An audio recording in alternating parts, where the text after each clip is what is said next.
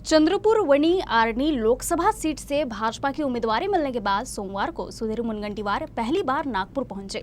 Nagpur airport पर party कार्यकर्ताओं ने उनका जोरदार स्वागत किया। खास बात तो यह है कि उनके स्वागत के लिए चंद्रपुर से बड़ी संख्या में कार्यकर्ता पहुंचे थे। इस दौरान बोलते हुए सुधीर मुनगंटीवार ने प्रधानमंत्री नरेंद्र मोदी का धन्यवाद करते हुए लोकसभा उम्मीदवारी मिलने को अपने लिए सौभाग्य की बात बताया। साथ ही अपनी जीत का पूरा भरोसा भी जताया।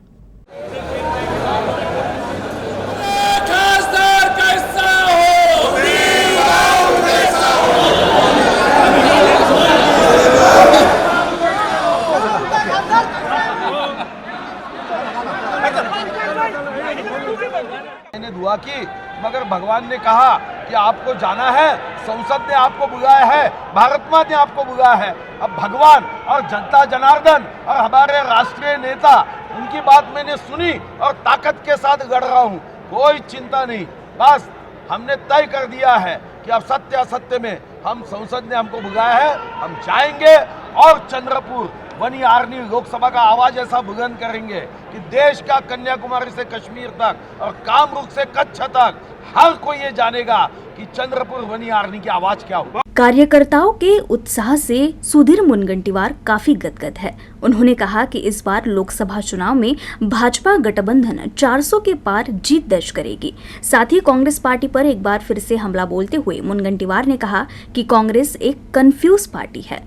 देखो, चुनौती मेरे लिए नहीं इसलिए है कि मैं चुनाव नहीं लड़ता हूँ, चुनाव जनता लड़ती है।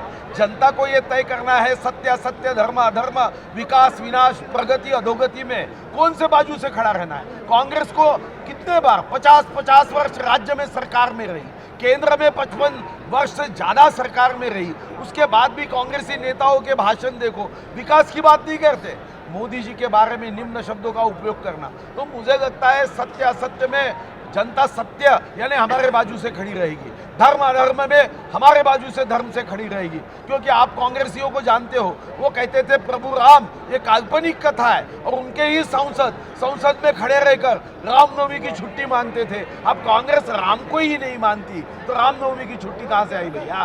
तो ये ऐसे कंफ्यूजन पार्टी है, C for Congress, C for confusion, और वो सी फॉर चाइना का मोदी जी हटाओ का सपना पूरा करने के लिए वो लड़ रहे, ये हमारे लिए डेंजर बात है।